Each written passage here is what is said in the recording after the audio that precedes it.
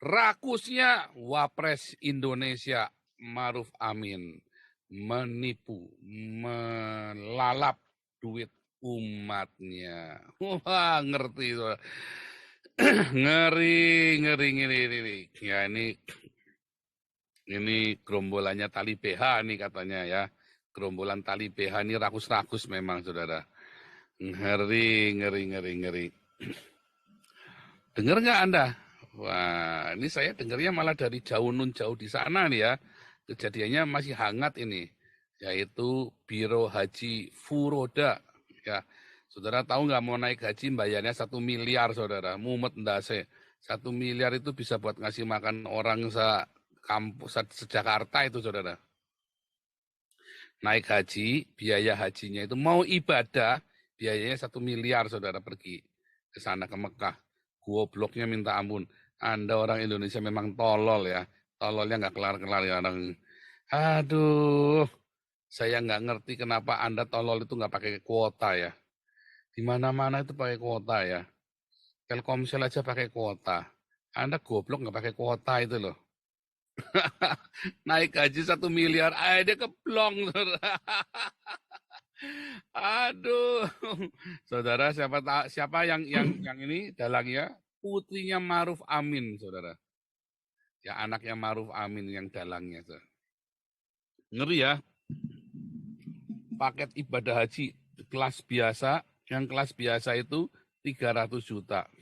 Ya, yang kelas VVIP-nya 1 miliar, saudara. Mumet ndases pokoknya. Aduh, heran ya. Gobloknya nggak tobat-tobat ya. Yang kelas biasanya 300 juta. Anda ke Israel 9 hari, biayanya hanya 1.950 USD. Ya, itu nggak ngambil untung bener ya. Tadi ketawa sampai agensinya tadi ya. Partner kita yang di Jakarta sampai ketawa terbawa. Iya Pak, memang kita nggak untung Pak. Ya, memang nggak untung. Nanti ngambil untung nanti kapan-kapan kita. Yang ini kita jangan untung karena memang lagi sepi sekali. Indonesia lagi parah. Ya, jadi nggak usah ngambil untung. Sekedar saja asal ada buat mereka ongkos bensin. Tetapi benar-benar bukan untuk profit. Ini bukan project profit, saudara. Ya, kita ada naikan ini ya, pergi ke Israel ya, tur Israel ya, 1.950 USD, saudara, 9 hari. Ya, kalau ada mau pergi kayak gitu sampai ratusan juta, saudara, mendingan duitnya bisa bagi-bagi orang miskin ya. Kalau 1.950 euro itu, yang sekitar 1.000 USD itu, yang separuh itu buat tiket, saudara. Yang 1.000 euro itu buat tiket. Kita lagi cari tiket yang murah ya, usahakan tiket PP tuh 1.000 USD. Coba bayangin. Yang 1.000, yang separuhnya buat lenturnya ya. Yang 950 euro itu buat lenturnya. Bayar hotel segala macam. Ya kalau 9 hari itu hotelnya saja kalau 1 malam 50 USD, ya kan? Berarti tinggal buat makan kira-kira 400 USD. Ya kan? Selama 1 minggu ya. Sama biaya 3 kali makan, sama biaya macam-macam kan, biaya tur, biaya apa segala macam, transportasi, kurang lebih gitu ya. Nah, makanya saudara ikut ya. Ini saya tanya-tanya ya, saya juga baru ngerti ini murah banget tuh Pak Paul. Pak Paul ngasih harga kemurahan, saya bilang, ya memang kita nggak tujuan mau buat profit dulu kok. Ya mungkin nanti lah, tapi kita sekarang kita merasa janganlah, karena semua lagi serba terbatas. Kita memang benar-benar untuk yang mau belajar, ya, yang ingin mengalami, yang ingin retreat atau segala sesuatu lagi kacau, ya dan aku tak melepaskan karena maka judulnya turnya kita ke Israel ini adalah prophetic journey. Bagaimana Anda merefresh hidup Anda. Ikut ya, syaratnya Anda ikut kelas evangelis. Nanti Anda ikut, daftar, lalu Anda ikut kelas evangelis yang bulan Juli. Jadi ketika saya ngomong, Anda nggak melongo nanti. Saya tak ceritain semua di dalam. Ya. Nanti ada pentabisan di Sungai Yordan. Ya. Ada pentabisan di Sungai Yordan juga. Dan pentabisan dan pembaptisan bagi yang belum dibaptis. Ya. Dan juga nanti ada pemberkatan nikah ulang di Kana. Ya. Nanti kita mau kontemplasi di Getsemani. Ya, terus di Galilea. Kenapa para murid harus menunggu di Galilea? Kenapa ya disuruh nunggu Yesus di Galilea? Terus akhirnya mereka pergi ke loteng Yerusalem. Di manakah loteng Yerusalem itu? Bukan rumah ya, itu nanti kita pergi ke rumah wisatanya, tapi saya tunjukkan apakah loteng Yerusalem itu, saudara. Ya, ikut nggak nyampe 1 miliar, naik gaji 1 miliar, saudara edan, saudara. Yang paling murah 300 juta itu mau pergi umrah itu, saudara. Jantenan ya. Ini benar ini ada yang ini pendeta Danjet tambah mumet belum naik haji. Aduh, pendeta Danjet mumet ya. Pendeta, pendeta apa ya? Pendeta dari mana itu ya? Aduh. Kalau saya ini nih 1 miliar ya, saya lagi mau buka tur ke neraka, saudara. Ya, buka tur ke surga dan ke neraka.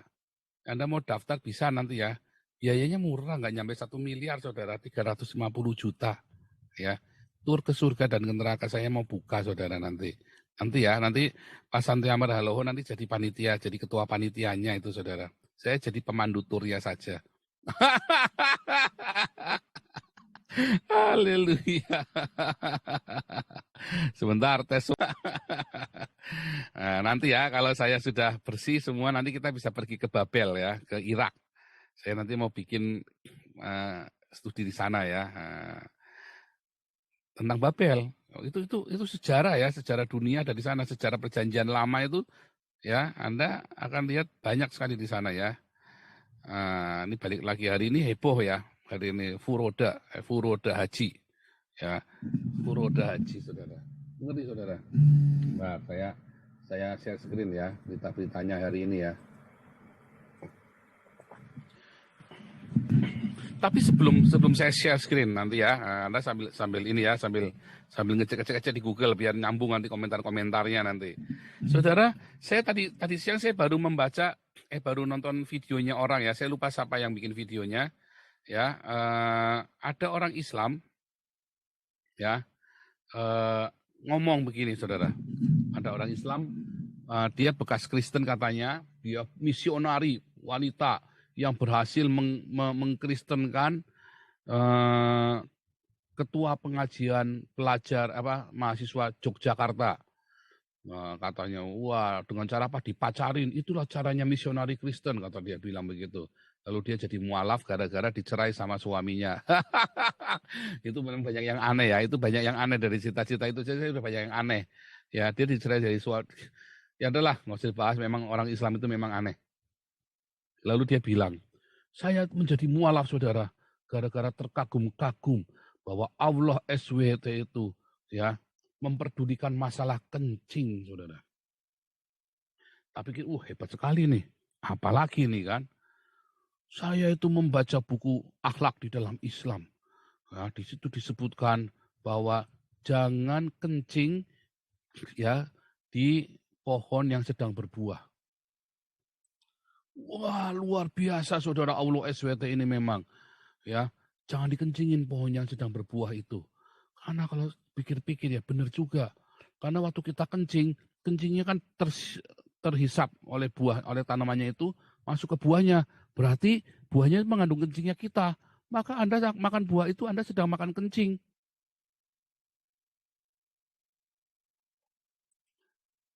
Benar nggak?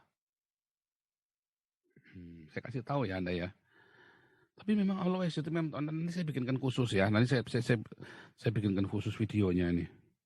Tapi nanti dulu, saudara, nanti dulu. Saya mau mocking Anda dulu. Mau saya mocking dulu. Nah, ini baterainya mau habis lagi. Sebentar ya.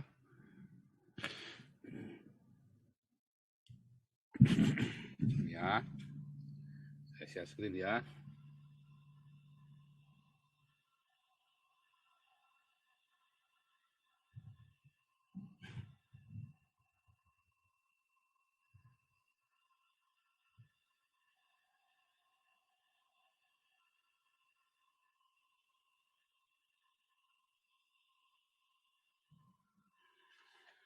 Nih, saudara. Ini perempuan mu'alaf yang profesor ini, yang pinter ini, saudara. ada hadis Nabi yang berkata, ya ini kalau ada pohon, ya ini pohon ya, terus ada buahnya, ya. Nah, jangan kencing di bawah pohon yang berbuah.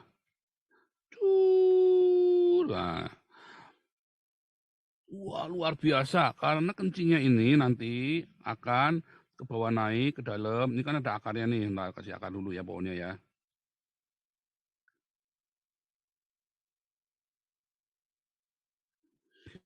Ya akan ke bawah naik, disisap oleh akar kencingnya, lalu ke bawah naik masuk, masuk ke buah kencingnya. Kencingnya masuk ke buah, saudara. Karena dia kencingin akarnya kan. Nah, terus dia kasih penjelasan lagi, termasuk ada orang-orang yang suka kencing tak ditaruh disimpan di termos, apa ditaruh tempat, lalu disiramkan ke situ. Oh, enggak boleh itu. Menurut Muhammad enggak boleh. Saya bilang Muhammad itu memang nabi yang paling tolol di dunia ya, saudara. Itu makanya Arab itu gersang, saudara. Karena ini nabinya tololnya minta ampun. Makanya Arab itu gersang sampai sekarang. Apakah benar terus pohon itu akan makan kencingnya? Akan menghisap kencingnya dari orang ini? Ya. Urin itu mengandung urea katanya. Karena urin itu mengandung urea.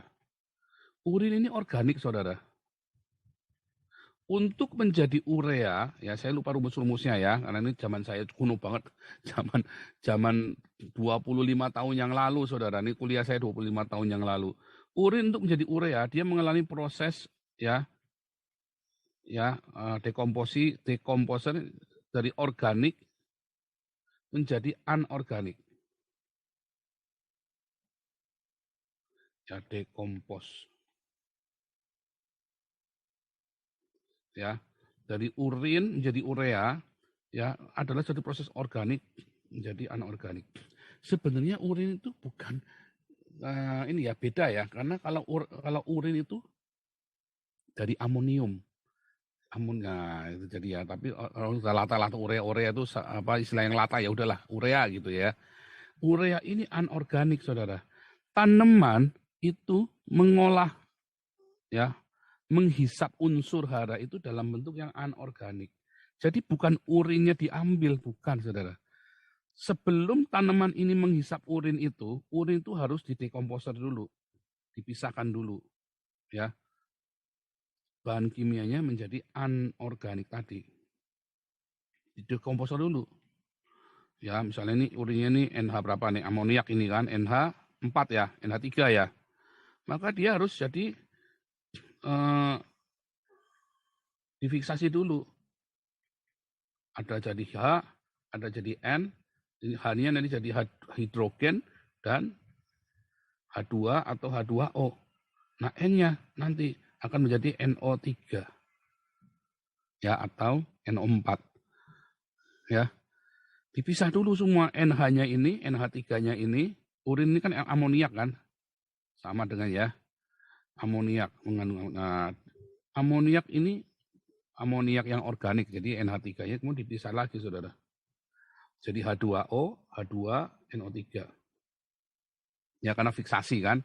Nah, kemudian yang dijadikan yang disebut dengan ureanya itu nanti jadi nitrat yang tersedia. Ini anorganik.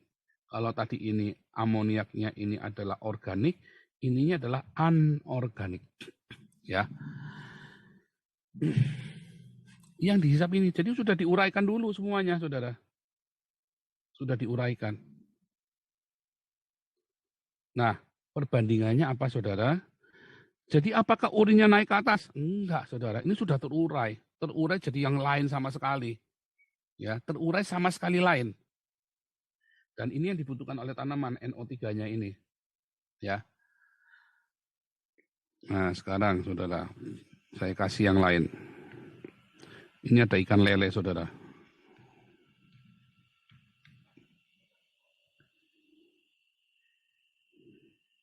Ya, ikan lele nih.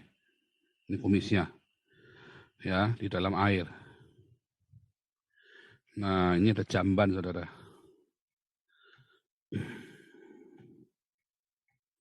Nah, kemudian Ya, orang ini ada orang nih. Wah, ini ya si Habib Rizik nih ya.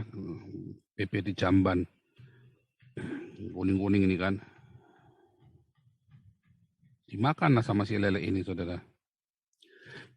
Lalu ini ada rumah, ya. Ini si Habib Rizik ini di Jamban, Kuan nya. Di sini ada Umi siapalah, Umi Dedeh, ya kan. Nah, makan nih, wah lelenya dimakan, disembelih, saudara. Apakah si Umi Dedeh itu makan nya si Habib Rizik, saudara? Waktu makan lele ini? Enggak, saudara. Lele memang makan nya si Habib Rizik ini. Tetapi lele itu punya namanya enzim untuk menguraikan ini ya menjadi dagingnya dia. Jadi bukan terus dagingnya, apakah dagingnya lele warnanya kuning? Enggak mungkin, saudara. Warnanya putih. Walaupun nya si Habib Rizik itu warnanya hitam, ya bukan kuning tapi hitam misalnya ya, tetap dagingnya lele itu putih, ya. Lalu dimakan sama dia. Apakah dia makan nya Habib Rizik? Kambing juga makan sampah ya. Terus apakah Anda kalau makan sate kambing makan sampah? Enggak kan? Nah itu sama rumah, karena ada enzim yang merubah itu. Kalau kita makan sampah langsung ya mati, saudara. Nggak kuat, karena kita nggak punya enzimnya yang dimiliki oleh mereka, oleh lele maupun oleh kambing ini, pemakan sampah ini. Ya, terus saya sampai tadi saya duduk, saya sambil garuk-garuk kuping, aduh, saya kalau udah mulai ngeliat orang tolol begitu, saya tuh stres ya, saudara. Kalau ngeliat orang tolol, saya yang stres, saudara. Saya bilang kapan pinternya Indonesia, ya. Ya ini Anda yang ini tukang alap-alap video, bolehlah potong bagian inilah, ya. Betapa tololnya ya. Nah, ini videonya ini saya tunjukkan ya. Nah, bolehlah ya. Nah, ini harusnya tadi saya tampilkan dulu ya. Mana tadi ya? Jadi mualaf karena kencing. Ada tuntunannya, apalagi hal yang besar. Gitu. Masalah yang mendasar, yaitu masalah akar sampai ke buah. Kan beliau kalau habis pipis itu disiramkan ke pohon mangga begitu. Nah, itu mengandung urea. Kebersihan umatnya. Kemudian saya berpikir, saya kaitkan dengan ini. Urusan kencing saja kok diatur. Begitu. Pada waktu yang hampir bersamaan gitu ya, Mbah Kakung saya itu kalau pipis, saya heran kenapa di toko buku Kristen justru saya dapat buku ini. Buku ini saya belinya tanggal 11 Desember tahun 98. Nah, kemudian karena saya itu memang orangnya hobi membaca. Ya, karena saya orangnya hobi membaca, kemudian saya baca buku ini. Loh, selama ini kan saya dapat yang jelek-jelek tentang Islam. Tetapi setelah saya membaca buku ini, ternyata ajaran Islam itu luar biasa begitu. Ya.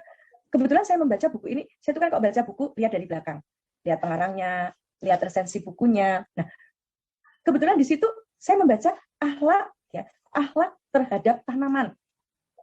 Dilarang mengencingi pohon berbuah. Saya berpikir gitu ya, kok Tuhannya orang Islam tuh aneh.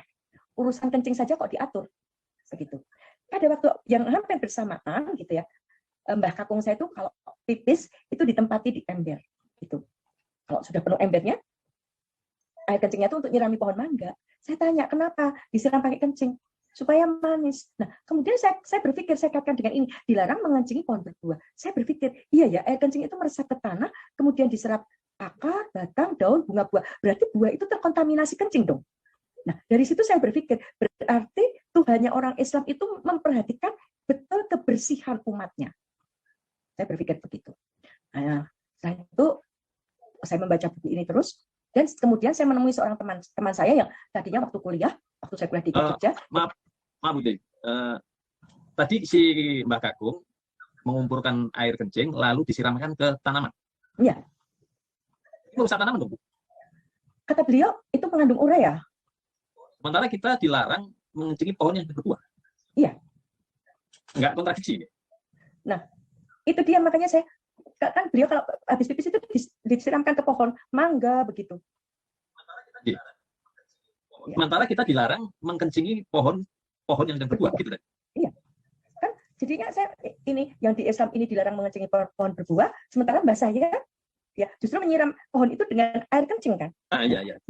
Sementara air kencing tadi kan diserap batang, diserap akar sampai ke buah, kan berarti buah ini terkontaminasi kencing kan. Artinya apa yang dilakukan oleh Mbak Kakung ini salah sebenarnya gitu ya. Salah. Karena tadi akhlak terhadap tanaman kan seperti itu.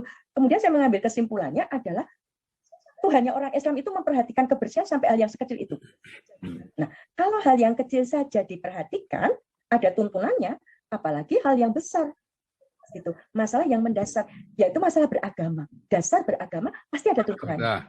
Gitu. Nah, ini Anda muntah-muntah dengerin orang tolol ya. Intinya apa, saudara? Mengapa perempuan itu terjadi Islam, saudara? Karena tolol, makanya jadi Islam. Ya. Itu tolol yang pertama tadi masalah kencing tadi dia bilang itu ya. Nah, tanamannya itu makan kencingnya. Itu tolol yang pertama, saudara. Saudara tahu nggak tolol yang kedua? Dia percaya aja ya, kalau ada orang nyiram tanaman disiram air kencing supaya manis. Itu salah ya. Salah. Nah, ini orang mitos ketemu mitos, orang tolol ketemu tolol, ya kan? Nah, yang benar adalah apa? Ada pupuk namanya pupuk N, P, sama K, saudara. N ini adalah untuk pertumbuhan daun. Urea ya itu adalah untuk daun, saudara. Nah, P ini adalah untuk pertumbuhannya. Ya, batangnya ya. Kalau ada tanaman yang layu ya, tanaman-tanaman yang herbal itu, tanaman-tanaman yang herb itu ya, yang semak-semak itu, terus dia layu.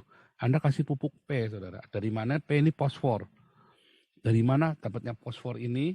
Anda bisa dari kapur, ya, dari kotoran burung bangau misalnya kan, itu banyak kapurnya, saudara. Ya, untuk pertumbuhan tanamannya, untuk kulit pohonnya supaya kuat, supaya tebel, ya. Terus daunnya pun akan menjadi hijau. Hijaunya jadi hijau tua, bukan hijau muda. Kalau pakai urea, daunnya kan jadi banyak, ya. Kalau Anda kencing di tanaman, daunnya bisa banyak banget, ya, bisa rimbun banget. Nah, ya, ini untuk pertumbuhan. Nah, kaliumnya ini buat apa? Ini buat supaya buahnya manis atau sesuai pedes, supaya manis, supaya pedes, atau supaya apa? Pokoknya tujuannya buahnya itu dari kalium. Naturnya buah itu apa? Manis, pedes. Kalau cabai kan supaya pakai kalium. Ya, ini dari KCl. Ya, maka fosfor ini dari kapur ya, makanya itu yang di Gresik itu ya, di daerah Pati itu segala macam. Nah, kotor kerang itu ya. Nah, pakainya ini, saudara. Cangkang kerang yang kita lagi bikin itu di Pati itu kan, lagi bikin project itu marturia kita. Pakainya itu, saudara. Jadi pakainya kali ini buat biar manis, bukan kencing. Ya. Tetapi kencing itu membuat ini tadi, daunnya itu banyak. Ya, karena urea itu buat pertumbuhan daun. Sih bodoh banget ya. Makanya saya bilang itu tadi ya, orang Islam ini nggak ngerti apa diomongin dari masalah Hindu, Buddha, apa aja diomongin sama si Muhammad. Tololnya minta ampun si Muhammad ini. Ini adalah orang yang tidak tahu kalau dia tolol. Muhammad ini adalah orang yang tidak tahu kalau dia tolol. Dan itu diteruskan kepada umatnya. Umatnya merasa paling pinter di dunia, padahal paling tolol di dunia. Ya kan? Anda nggak nyadar kan? Nah, akibatnya apa? Akhirnya orang-orang Islam ini mudah ditipu. Kenapa orang Kristen nggak mudah ditipu? Contohnya saya.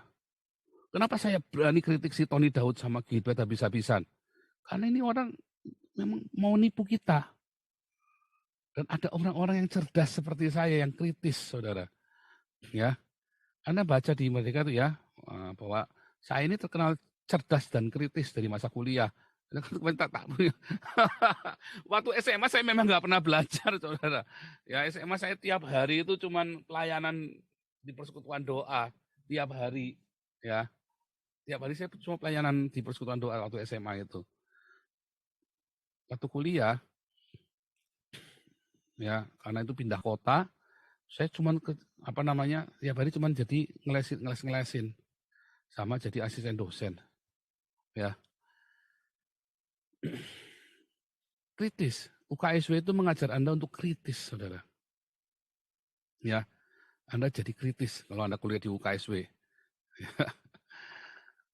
Nah, makanya kita mengkritik gereja. Dan kita berani mengkritik gereja. Mengkritik kebijakan-kebijakan yang dikeluarkan oleh gereja yang nggak benar. Termasuk si Gilbert, termasuk pengajaran-pengajaran yang nggak benar. Karena kita diajarin, saudara. Di dalam kekristenan selalu bilang apa? Ujilah segala sesuatu. Kita disuruh menguji segala sesuatu, jangan percaya saja. Apa bedanya kalau di Islam? Ya, orang-orang Islam ini pasti masuk neraka. Ya, surat Maryam ayat 71. Nah, terus ditambahin lagi Al-Maidah 101, udah masuk neraka dibilangin, jangan banyak nanya. Kalau banyak nanya nanti kamu hukumannya di neraka ditambahin. Al-Maidah 101. Kalau di dalam kekristenan, ujilah segala sesuatu. Selidikilah apakah benar tertulis demikian. Kisah 17. Ya, jemaat Kristen di Berea. Selidikilah orang-orang Berea itu ya. Selidikilah apakah benar tertulis demikian. Ujilah segala sesuatu. 1 Tesalonika 5 ayat 21. 1 Korintus 4 ayat 6. Jangan melampaui yang tertulis. Ya. Nah, bagaimana dengan orang Islam, saudara? Tadi masalah kencing tadi. Saudara tahu, dilarang kencing di pohon yang sedang berbuah. Karena kencingnya terminum melalui buah yang dimakan. Ya kan? Tadi kan si perempuan tadi kan. Nah, pertanyaannya saudara. Bagaimana dengan kencing onta?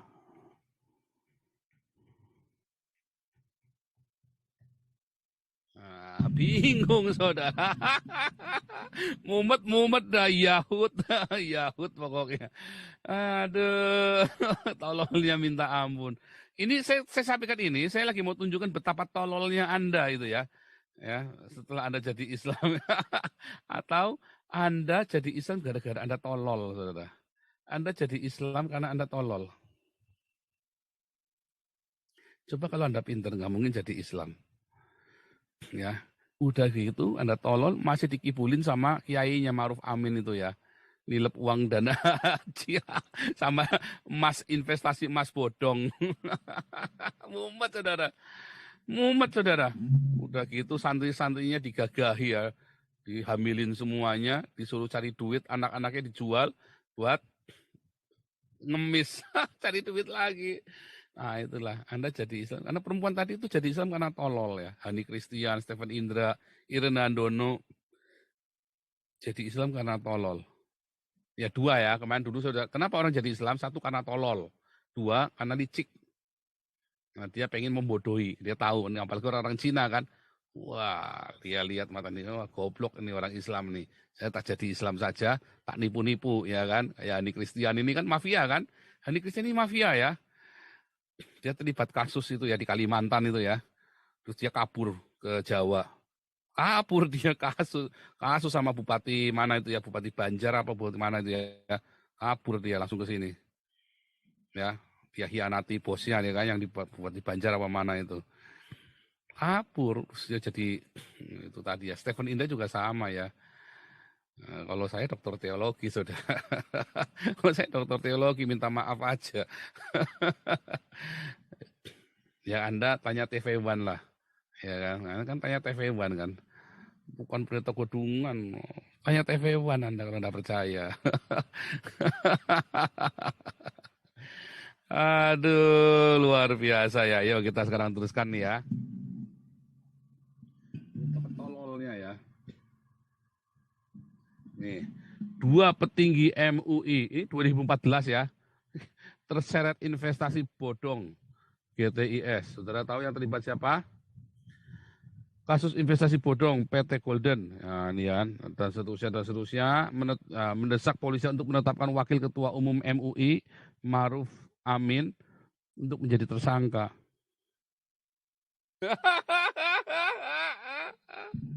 Mumet nih saudara. Ya untuk menjadikan tersangka. Ya.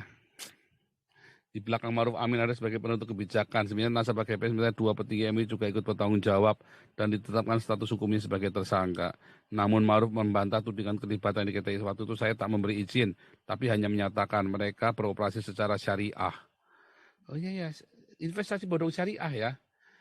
Maruf Amin wah, mulai lempar-lemparan ya.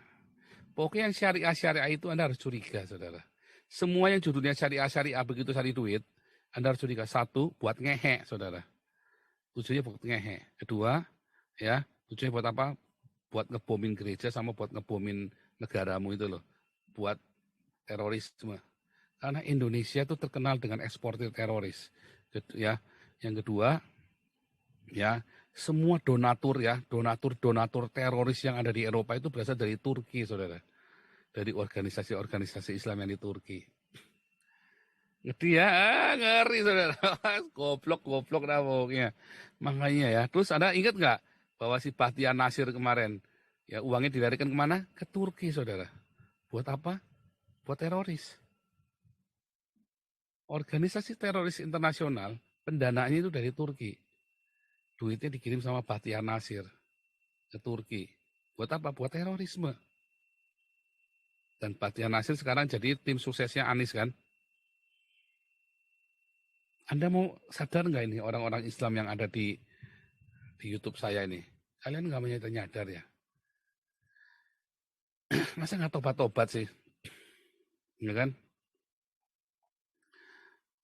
Coba orang-orang Islam ini, saya mau lihat nih komentarnya apa nih. Ya, bingung lu ya.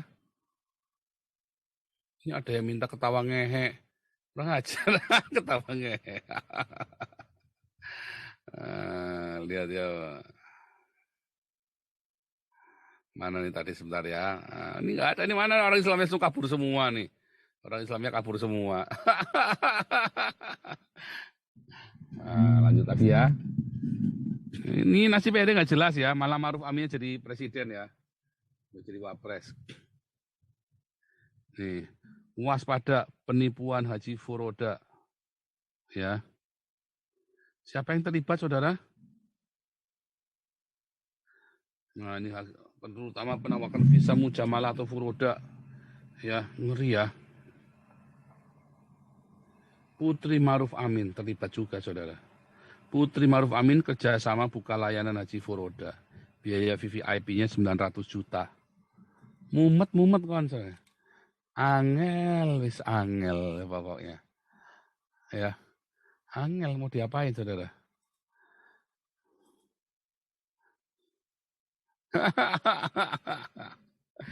Kabur semua, katun-katun ini hilang semua nih, mana orang Islam kabur semua nih, nggak ada. Orang Islamnya kabur semua, hilang semua. Aduh, bingung ya. Ya, banyak yang ditipu ya, korban. Nah, korban furoda nih, lapor ya. Ini masih hangat, saudara, korban furoda. Kemarin masih baru ini ACT ya, baru ACT. 7 fakta kasus haji furoda, travel licik, jerat 46 jemaah. Ya, ternyata furoda itu dibacking keluarganya Maruf Amin juga, wapres ya. Haji mujamalah adalah sebutan program haji legal. Haji furoda, ya, haji plus, memakai visa haji dengan visa khusus bernama visa furoda. Visa furoda.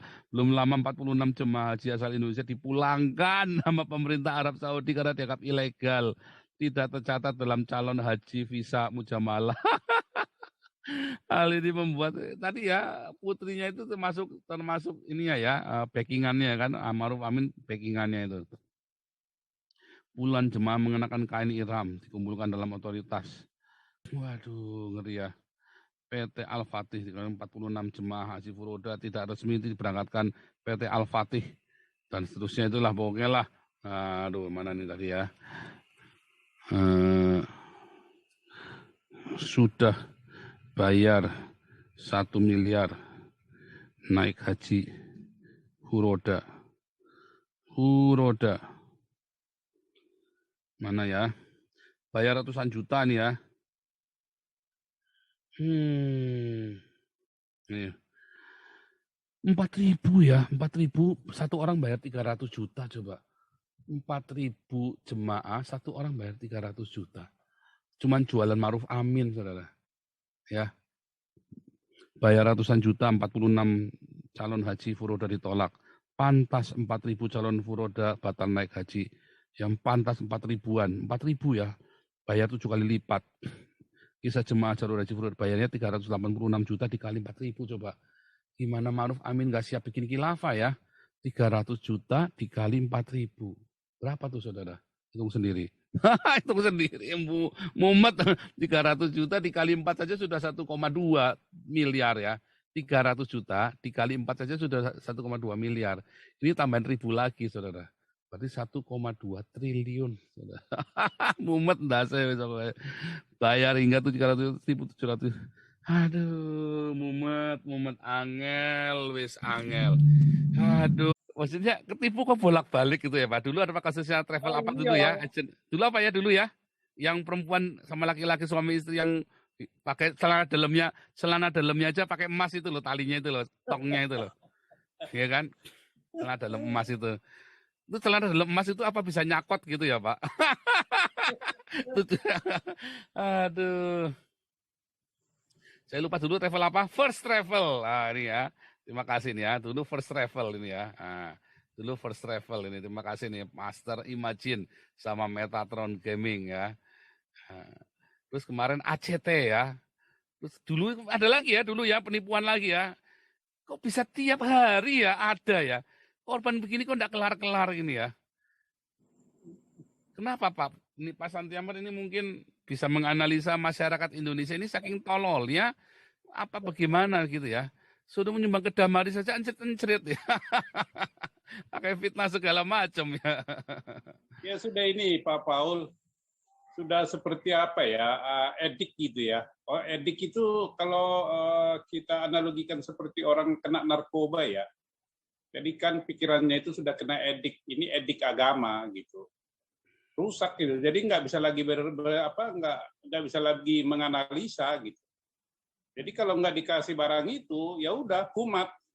Jadi harus dikasih terus. Sangat-sangat disayangkan itu. Makanya saya bilang gobloknya minta ampun gitu. Tolol sontoloyo kabeh. Kita ingat itu aja Bapak. Ya, gampang ya, First Travel. Yusuf Mansur. Ya. Terus apa ya yang ada yang agen kan ada 2 ya, agennya itu ya. Ada 2 kali agen itu ya. Saya lupa satunya namanya, mungkin ada yang ingat lagi. Terus berarti ya investasi emas. MUI kan. Terus apa lagi kemarin yang baru ACT. Terus Furoda. Ini dalam setahun ya kejadiannya kayaknya nggak lama ya. Ini berturut-turut ya. Edik ya. Dan lain-lain ya. Dan sebelum ya. Addicted ya. Kecanduan ditipu ya. Gitu Pak. Iya, kecanduan edik. Rumah syariah. Ya, rumah syariah. Mansur ini aja belum kelar nih ya. Yusuf Mansur ini banyak proyeknya ya. Banyak. Termasuk apa? Koin apa? Dia bikin apa kemarin? Bitcoin itu. Bukan. Yusuf Mansur itu yang investasi yang saya lupa namanya. Terus ada lagi kemarin tuh yang kasusnya ini rumah syariah. Kemarin ada lagi ya kasusnya yang tadi ini ada 212 Maret. 212 Maret juga ya. Pokoknya akeh. Nanti banyak apalagi pakai tulisan Arab, tambah banyak lagi itu yang ditipu. Ya. Asal pakai tulisan Arab, owo pasti langsung ya. Oh banyak. Pokoknya penyesat semua. Paytren ya, Yusuf Mansur itu Paytren ya. Paytren dan macam-macam ya, rumah syariah. Yusuf Mansur itu kasusnya banyak itu. Ya 212 juga ya, kasusnya 212. Pokoknya kebun korma Pak, kebun korma. Apa? Kebun korma juga. Korma ya. Kebun korma. Apa lagi? Banyak loh ini kemarin Yang kecil-kecil yang bolak-balik maju, cuman kita ndak bahas satu-satu ya dari kemarin ya. Korupsi Al-Quran, sapi juga ya.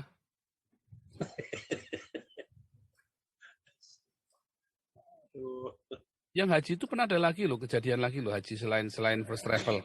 Jadi bareng sama first travel, nah itu bareng ini juga meledak juga kasusnya dia. Rumah syariah ini banyak ya, bolak-balik ya, penipuan rumah syariah ini bolak-balik ya. Nggak cuma sekali, banyak loh kasus-kasus rumah syariah, penipuan ini. Travel Abu ya? Travel Abu Tours, Pak. Abu Tours ya, oh thank you nih, Abu Tours ya. Abu Tours. Oh yang jelas itu tadi ya, Molaf Center ya, MCI ya, Molaf Center. Molaf Center penipuan ya, Anda cuma belum bongkar aja, coba deh diaudit. Ya, itu geger ya, saya dapat informasi dari Yudi Mulyana, bahwa Molaf Center Jogja itu kan pisah sama Molaf Center yang di Jakarta, sama Stefano geger, masalah uang. Ya, coba aja kalau baca di audit ya. Ya. Nah, iya, tapi maksudnya kenapa jadi bodoh gitu loh? Masa pemerintah yang tanggung jawab? Oh enggak, tapi palingnya pemerintah kan harus mengkampanyekan, Pak. Jangan percaya yang begini, kan itu gunanya Pak pemerintah. Soal nah, itu yang mengendorse pemerintah kan, loh, ingat nggak Kanjeng Dimas? Kanjeng Dimas yang mengendorse siapa? Itu dokter itu loh. Siapa itu? Menteri Kesehatan atau siapa itu dokter loh yang mengendorse Kanjeng Dimas?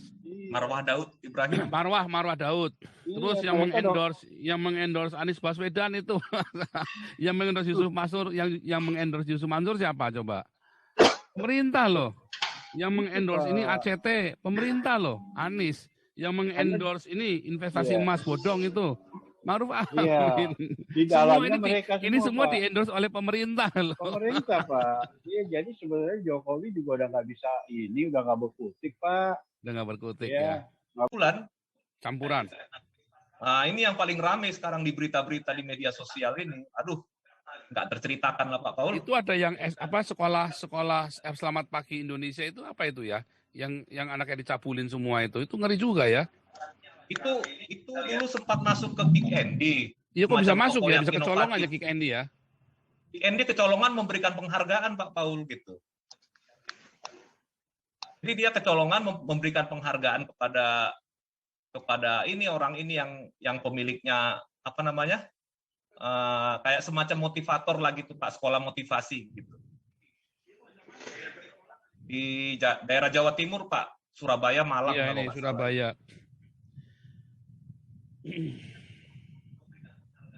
Iya, SPI ya. SPI atau kalau nggak salah itu Pak. Pendiri, donatur, sekaligus pengajar, melakukan pencabulan terhadap murid-muridnya. Nah, yang paling herannya ya kembali lagi Pak, nggak terlalu ini tegas kelihatannya ini ya. Tapi kemarin katanya ini ya, pemerintahnya aja nggak berani menghukum ini ya. Sampai sekarang nggak dihukum ya. Sepertinya terasa takut Pak, nggak tahu kenapa.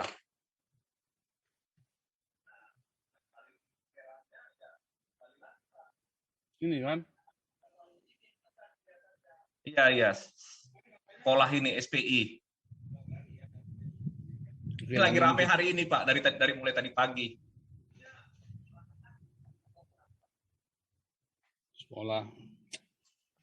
Ini ya.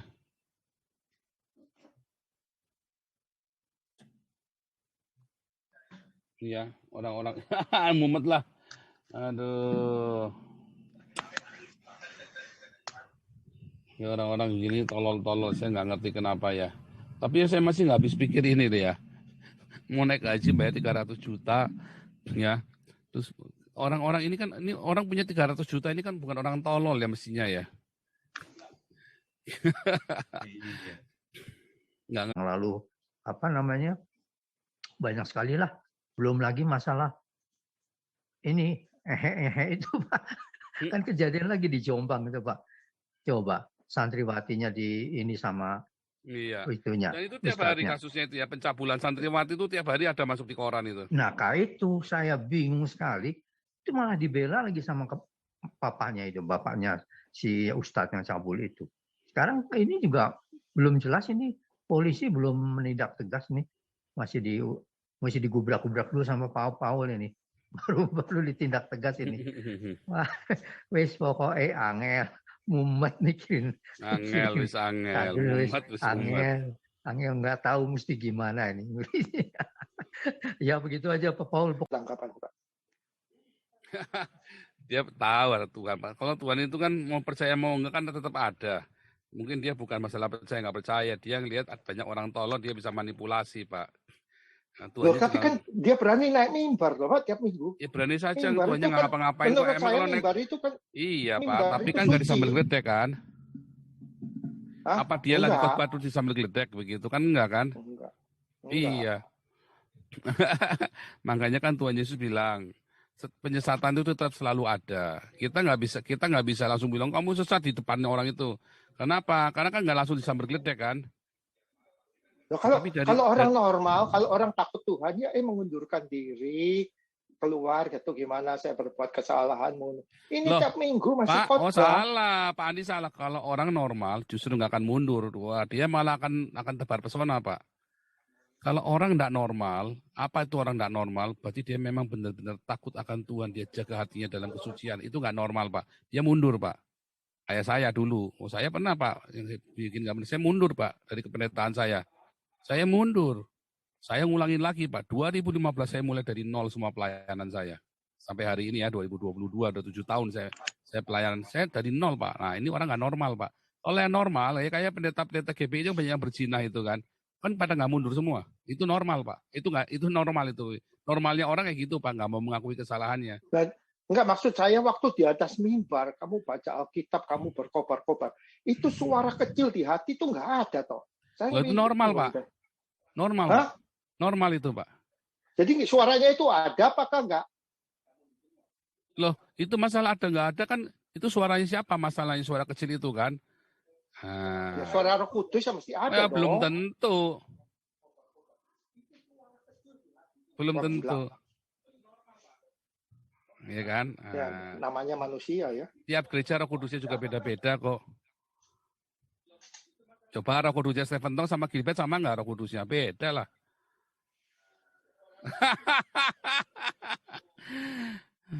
Maksudnya, Ya, angel tenan. angel, pemikiran tiap orang, memikirkan Roh Kudusnya sama, tapi tiap orang punya pendapat yang berbeda, tapi Roh Kudusnya tetap sama, Tuhan Yesusnya sama. Makanya kita nggak bisa saling nuduh orang lain sesat. Tetapi yang jelas kalau orang tidak berdiakonia itu sudah jelas sesat. Nah, kalau masalah hati nurani kita nggak bisa ngomong, Pak. Karena hati nurani orang, saya sudah diampuni kok, saya tadi malam berzina, tapi saya harus pagi-pagi minta ampun. Pasti diampuni. Kan ada gereja yang percaya sekali selamat tetap selamat, dosanya ditanggung oleh Yesus, dosa hari ini, besok, dan selama-lamanya, itu ditanggung terus. Itu yang teologinya si Joseph Prince itu loh. Ya Jadi kan, pagi-pagi perjamuan kudus minta ampun deh. Iya, minta ampun dulu. Ya, hypergrace kan begitu, Pak. Ya Itu kan? Pak Santi Amer tuh lihat tuh ketawanya sinis banget Pak. Loh, kalau Pak Santi Ahmad ini nggak normal, Pak. Ini orang nggak normal, ini manusia nggak normal, Pak Santi Ahmad ini, Pak. Beda, Pak. Tanya aja nanti dia, nggak normal dia ini. Kita ini manusia-manusia nggak normal yang di sini, ya kan? Manusia nggak normal, coba bayangin, coba buronan di peluni, nggak normal kan? Bisa aja Pak Paul. Iya kan? Udah tua, udah umur 40 lebih masih mainan medsos, itu nggak normal. Rata-rata di sini di atas 45 Pak di sini. Nah, iya, masih mainan medsos, masih tebar pesona, masih tidak karu-karuan, kan udah normal juga. Wah, itu tadi kan. Memang Saya di bawah 60. Makanya dia dari seberang sana, dari Muslim masuk Kristen disebut murtad gitu. Oh jangan murtad dong, jadi manubar lah. Kalau murtad itu artinya apa? Kenapa kita ikut-ikutan istilah mereka? Orang mereka aja udah rusak gitu kan. Kok ikut bahasa orang-orang yang rusak gitu? Jangan murtad. Misalnya dari ini masuk mengikuti Yesus, bukan murtad namanya itu, tetapi manubar, manusia baru. Dia sudah menemukan keselamatannya itu, sudah menemukan arti hidup itu. Ya, kalau kita ikut-ikutan bilang dia murtad, wah kita juga berarti nggak benar itu. Itu aja kritik untuk kita, teman-teman yang ada di Zoom ini. Jadi mulai sekarang menggunakan istilah yang pas lah, sesuai dengan apa yang dimaui Tuhan Yesus. Ya, Lahir baru, jangan Pak. sebut murtad. Iya, manubar, manusia baru. Jadi dia Lahir kan sudah baru. menemukan, ya lahir baru lah, tolabar lah, Manusia atau baru, apalah. manusia baru kita adalah Manusia manusia baru baru, gitu. iya. Jangan bilang murtad gitu. Kok dari sana dia menemukan dan mengenal Tuhan Yesus, kok kita ikut-ikutan bilang murtad? Ya nggak benar Malah aja. dong. yang memperkenalkan itu malah si Adi Armando ya, bahwa orang Islam Iya. pindah Kristen juga mualaf loh. Nah, Ya. itu kita kenapa ikut-ikutan Kok malah Armando bangga itu? ngomong-ngomong murtadin. Ya, Ya. Sontoloyo itu. Kadang-kadang orang-orang mikir juga. Ah, Tapi mungkin ini sekarang pandangan saya ya, mengapa orang bisa bodoh? Ya, karena satu saya setuju dengan Pak Santiamer ya. Ya, orang ditipu itu addicted ya, merasa tertipu itu ya, merasa menderita itu addicted loh. iya betul. Ya, makanya Anda kalau pergi kemana-mana, kalau lagi ada orang curhat, orang pokoknya balapan curhat, pokoknya siapa yang paling menderita, lomba siapa yang paling menderita. Wah, kamu belum apa-apanya saya, coba saya ngalami begini. Ya kan, orang itu seneng merasa edit. Terus coba lihat ya, kalau lagi cerita, pokoknya dia tuh rasanya dia yang paling menderita di dunia ini. Terus dia tuh suka sekali kalau menderita. Makanya orang kalau lagi menderita, diajak ayo bangkit, nggak mau. Kenapa? Karena memang orang itu suka menderita. Banyak orang senang menderita. Padahal mulutnya bilang nggak suka, tetapi sebenarnya dia menikmati penderitaan ketika ada orang ngasih perhatian. Aduh, kamu gimana? Kamu kasihan ya. Nah, kalau saya ngamatin ya, banyak orang-orang yang korban-korban seperti ini ya. Mereka tuh kalau merasa tertipu, terus mereka tuh rasanya terus baru merasa hidup. Mereka senang ditipu. Mereka senang dirugikan, mereka senang dikerjain kayak gini. Apalagi kalau harus atas nama Allah. Ya. Mereka nggak akan nanya, oh nanti Allah yang akan membalas. Ya kan? Dalam pemikirannya kan begitu, Allah yang akan membalas. Tetapi kan hati nggak terima. Ya. Makanya kalau ada agama-agama gini, ya si penipunya juga senang, si yang ditipu juga senang. Oh nggak yang Kristen, nggak yang Islam. Hanya bedanya di dalam Kristen ada ayatnya kita disuruh kritis. Makanya jarang sekali ada kayak ginian di dalam Kristen. Jarang sekali. Ada 1-2, biasanya gereja karismatik. Karena gereja karismatik disuruh imani saja kan. Tidak disuruh jangan pakai logika. Kalau di gereja-gereja lain disuruh pakai logika. Loh saya produk gereja karismatik ya. Dulu pun saya itu, makanya saya bilang enggak. Salah itu. Jangan menanggalkan logikamu ketika engkau percaya pada Yesus. Ya, tetapi logikamu itu kan terbatas. Artinya ada buka pikiranmu. Tapi kita tetap mengasihi Tuhan itu dengan akal budi kita. Artinya kita disuruh belajar terus. Kalau ada yang mentok, kita belajar lagi. Ilmu kita yang belum nyampe, bukan agamanya, bukan Alkitab yang salah. Kita yang salah. Kita belajar lagi. Disuruh belajar, bukan imani saja. Bukan. Nah, itu beda sekali. Ya. Jadi kata kuncinya memang di apa? Dari pecundang, mentalnya mental menderita. Ya, itulah kuncinya. Nah, orang-orang ini senang. Coba lihat ya marketing di Indonesia. Ya, orang Indonesia tuh senang ditipu. Kalau kita kasih tahu, ini loh yang benar, marah mereka. Ya kan? Tapi kalau kita bohongin, ya senang. Kayak Gilbert sama Tony Daud kan? Bohongin, Anda senang dibohongin sama Gilbert sama Tony Daud. Anda begitu suruh, ayo diuji dulu. Oh jangan mencobai Tuhan Allahmu. Kunyuk kan ini orang Kristennya kan. Kunyuk lah, jangan mencobai Tuhan Allah kan kunyuk. Kalau nggak kunyuk apa? Benar nggak? Kita lagi ngajari Anda supaya kritis saat bertuhan itu Pak.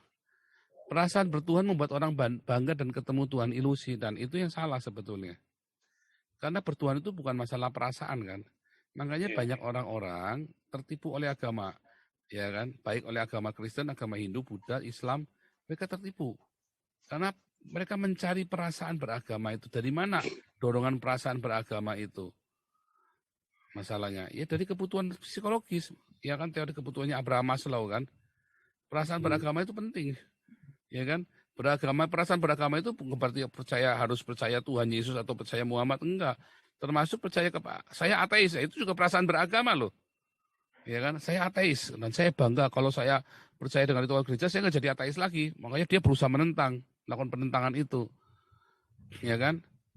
Nah, itu perasaan beragama. Orang itu membutuhkan itu karena ada ketidakpuasan, ada satu titik yang tidak terjawab semuanya, lalu dia memberontaknya dengan itu. Saya ateis atau saya teis atau saya ateis. Itu perasaan beragama, dan itu perasaan beragama itu mengerikan ya. Karena membuat kita hidup di dalam ilusi agama.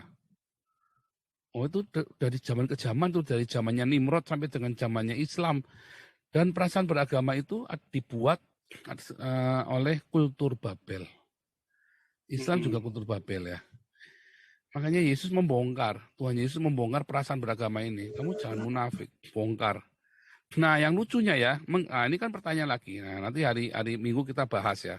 Mengapa para nabi, ya kan dulu kan sudah bahasa para nabi, dulu kan udah pernah kita bahas. Nabi-nabi itu kan kalau ngomong kasar-kasar kan, ya kan, titit, ya kan, udah apa lagi, ngehe lu. Ada deh, baca deh di itu ya, di dalam perjanjian lama itu. Saya kan pakai bahasa slang ya, titit, ngehe, biji. Kenapa bahasa nabi itu kasar-kasar? Ya, karena mereka sedang menunjukkan nabi-nabi palsu, bahasanya halus-halus loh. Termasuk Muhammad. Bahasanya halus-halus tapi nyekek sama mateni. Sedangkan nabi-nabi yang katanya bahasanya kasar-kasar ini justru memberikan kehidupan, memberikan jalan keluar, solusi. Lucu kan? Tapi itu kenyataannya. Nah, lanjut dulu Pak Suara. Silakan Pak Suara. Pak Paul, Ya, interupsi sedikit Pak. Itu menyambung apa yang dikatakan Pak Paul ya. Kalau di adat budaya Batak ada pepatah mengatakan begini. Lambok hatani begu, risi hatani jolma. Jadi ini artinya begini, lambok hatani begu itu omongan setan, suara setan itu, perkataan setan itu lembut-lembut gitu menghanyutkan. Ya, tetapi kalau suara manusia atau omongan manusia itu nyelekit gitu loh, nyelekit ke hati. Itu pepatah yang dianut oleh Batak itu, suku Batak. Oleh karena itu, kita orang Batak ini selalu wanti-wanti ketika ada orang ngomong nyenangin hati, ini benar enggak ini ya? Kita sudah dibekalin itu. Nah, sama itu. Kenapa nabi-nabi dulu begitu kan? Ngomong to the point. Jadi kita juga gini ya, saya teringat jadi begini, brainwash atau apa namanya. Sebenarnya ini adalah tanggung jawab dari para hamba, ya saya katakan hamba Tuhan. Kalau pendeta saya enggak, itulah pendeta itu kan bahasa-bahasa dunia itu kan, bahasa-bahasa organisasi dunia itu, ya kan, pendeta itu. Nah, Tuhan tidak pernah menyebutkan si A, si B, si C itu pendeta, itu diaken, iyalah, ya kan. Jadi ada pemahaman yang sangat-sangat menyesatkan dilakukan oleh para pendeta ini, tidak menyatakan yang sebenarnya dan tidak mengajarkan apa yang Tuhan perintahkan. Mereka dimasukkan dalam begini ya, tidak itu mendudukkan sebenarnya hati itulah tahta daripada roh itu ya, bukan gereja, hati manusia, baik daripada roh itu adalah hati manusia itu. Jadi contoh ini Pak, orang mengajarkan kasih itu katanya lemah lembut, enggak juga lah, kasih itu lemah, mana kasih itu lemah, ya lembut iya, tetapi kasih itu bisa berjalan di atas kebenaran. Ya, itu berbanding lurus itu. Kalau kebenaran itu tidak ada, kasih itu juga pura-pura itu jadi munafik. Contoh, si A melakukan kesalahan terhadap si B, ya, maka ada orang ketiga yang mendamaikan. Si A ini terus si B bilang udahlah, karena si C ini ngomong gitu kita berdamailah, saya memaafkan Anda. Tetapi kalau ditanya apa betul dia memaafkan, ya enggak lah, karena di sana juga belum mengakui kesalahannya kok. Akui dulu dong kesalahanmu. Akui kesalahanmu, maka kasih itu bisa berjalan. Pengampunan itu adalah hak daripada Tuhan kita Yesus Kristus. Kedua, soal menghakimi. Menghakimi itu sama enggak dengan menghukum? Ya enggak lah. Menghakimi itu adalah meluruskan yang bengkok gitu. Jadi bukan menghakimi. Kalau orang kita mengatakan, oh enggak boleh menghakimi, seperti yang Pak Paul bilang, oh jangan dong itu mencobai Tuhanmu, itu karena pendetanya begini-begitu. Ya enggak lah.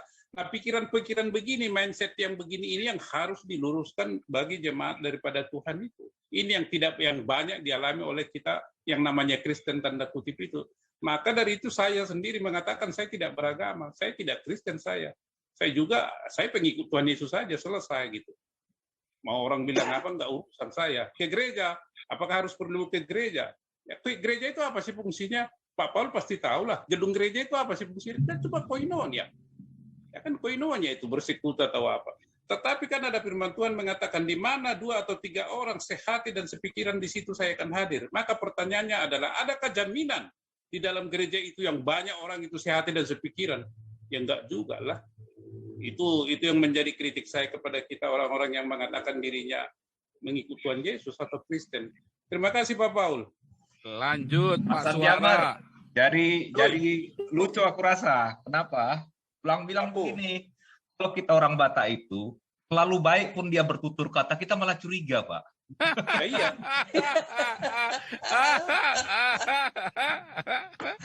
Kalau orang terlalu baik ngomongnya, saya malah curiga, Pak. Itu dari kecil udah tertanam seperti itu gitu, Pak Santiamer gitu. Benar. Lebih bagus dia ini ngomongnya keras dan kasar gitu. Jadi kita bisa lihat ini maunya apa gitu kan. Tapi kalau Kasar terlalu sih. baik ngomongnya curiga kita. Kasar sih enggak, Pak, tegas gitu, kasar dengan tegas gitu. beda lah.